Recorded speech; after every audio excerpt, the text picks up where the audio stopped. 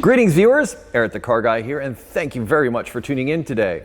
In today's episode, I'm going to be tackling how to deal with cracked exhaust manifolds. Stay tuned. I'm in the process of replacing the cylinder head gasket on my youngest son's 2005 Honda Civic. I'll post a link to that video in the description. I am making a video about this.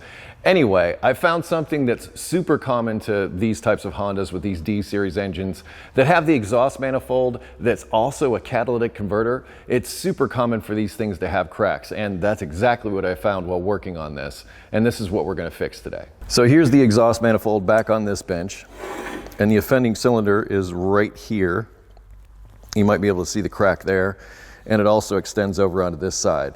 Now, this manifold isn't cast iron. It's steel, which is still substantial, but not cast iron. Some of these are cast iron. They also crack. Anyway, job one is going to be cleaning the area around the crack. I'm also going to get rid of some of this crusty rust here. This way I can more easily identify where the crack is, and well, we'll stop back and take a look and see what I find. Before I get too deep into this, I'm going to remove this upper O2 sensor. This way I avoid damaging it. I can do this lower one too. Now I'm going to work on this rust a little bit. I'm going to use this angle die grinder with this little wire wheel attachment. Safety glasses, rust chunks be flying.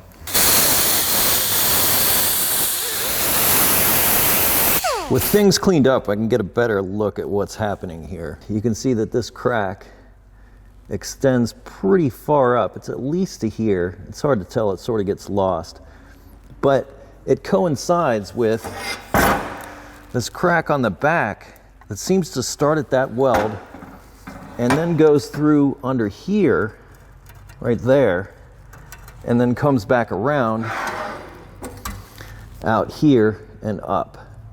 So this is all one huge crack that sort of starts over on this side, goes around back, and goes up to here. I kind of don't like the way this weld is here, and I feel weird about welding on top of it. So I think I'm just going to grind this part off. And what I may also do is just sort of grind a channel or a valley in the crack so that when I weld, I'm welding into a valley, and hopefully that will join the metal together in a strong way. The main thing that I'm going to be doing is I'm going to try to see where this crack terminates up here. And this is important with crack. Just because you weld a crack doesn't mean the stresses that caused the crack in the first place went away. In fact, they're probably still going to be there. To that end, what you do is you find the end of the crack and you drill a hole. And that will stop the crack from growing further after you're done with your welding. It looks like it terminates right about here. Like I said, this is important because what this will do is this will stop the crack from spreading in the future.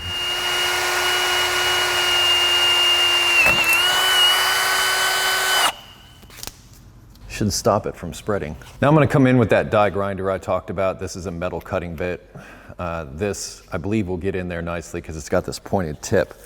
But I'm going to be going around and just trying to identify the crack, if you will, through here. And then I'm going to do what I can to try and remove as much of this weld as possible. So I'm going to be here for a second.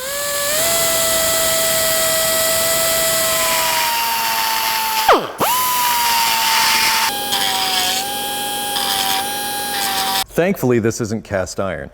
If it was cast iron, the common practice is to heat it up before you weld.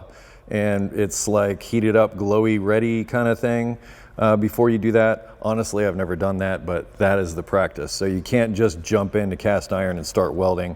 You got to heat it up first so that you get a good weld. What I'm going to do now is bust out the welder, and I'm going to follow along in these cracks and fill everything in.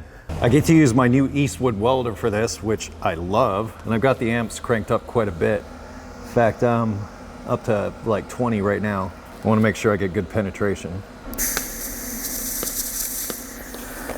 Maybe that's too much. Turn that down a little bit.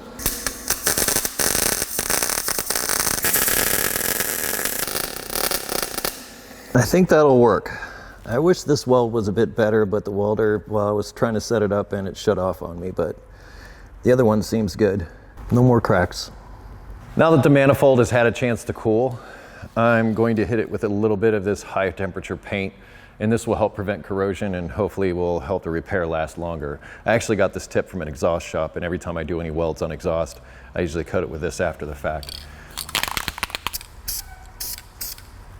That's as much as I'm doing. The rest is covered by a heat shield anyway. I apologize for not being the world's greatest welder, which I am not, but I'm practicing, I'm getting better, and I really enjoy using my new Eastwood welder. I'll link that down in the description. I think it's an excellent starter welder for somebody. Anyway, the main takeaways from this are that you want to drill a hole where the crack terminates to prevent it from spreading further. As I said in the video, the stresses that created the crack in the first place are probably still there. So you help eliminate future cracks by doing that. Also, if it's cast iron, the common practice is to heat it before welding. I realize a lot of people may not have that capability, and even if you took it someplace and had this repaired, it would still be cheaper than getting a new one of these, especially since part of this is the catalytic converter. These things are stupid expensive, and as I mentioned, they crack all the time. So I hope the information in this video is going to help you if you're in a similar situation. That's the main thing I want you to know. I'll put a link in the description to the head gasket video so you can see how this whole thing turns out. And don't worry, I'll be reinstalling these O2 sensors with a little bit of anti-seize on the threads before it goes back on the car. As I said, link to that video down in the description, along with additional videos with additional information that might be useful to you. Also, a link to EricTheCarGuy.com, which is where I ask you go if you have automotive questions.